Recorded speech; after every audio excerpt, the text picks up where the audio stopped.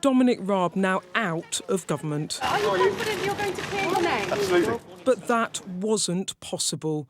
The publication of this damning report sealing his fate and forcing the Deputy Prime Minister's resignation. 8 formal complaints about his conduct investigated by Adam Tolley KC, 2 of them upheld. The first from his time as Foreign Secretary, where his behaviour was found to be intimidating, unreasonably and persistently aggressive, and his conduct deemed an abuse or misuse of power. At the Ministry of Justice too, another complaint affirmed.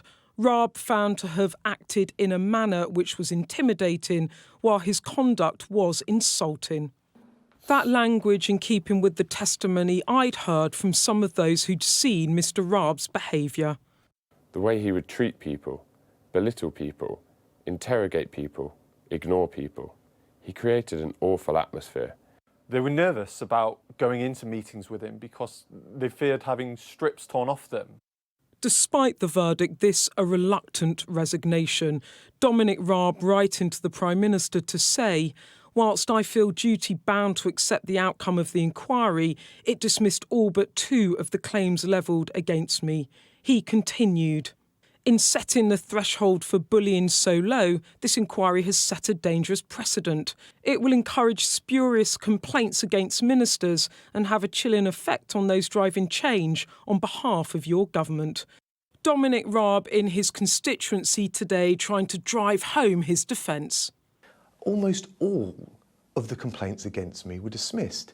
And what this doesn't give you, it's a handful of very senior officials. None of the junior complaints were upheld. And I got on and dealt with hundreds of civil servants, thousands of other people in prison service and the court service. And what you've got is the risk here of a very small minority of very activist civil servants with the passive-aggressive culture of the civil service. The PM accepting the resignation, but clearly pained, responding, "It is with great sadness that I have accepted your resignation," adding he'd always be grateful for Mr Raab's steadfast personal support and the dedication, commitment and loyalty he gave to the role of Deputy PM.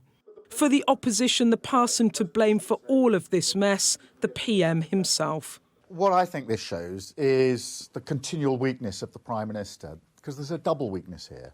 He should never have appointed him in the first place, along with other members of the Cabinet that shouldn't have been appointed. And then he didn't sack him. And even today, it's Raab who resigns rather than the Prime Minister who acts.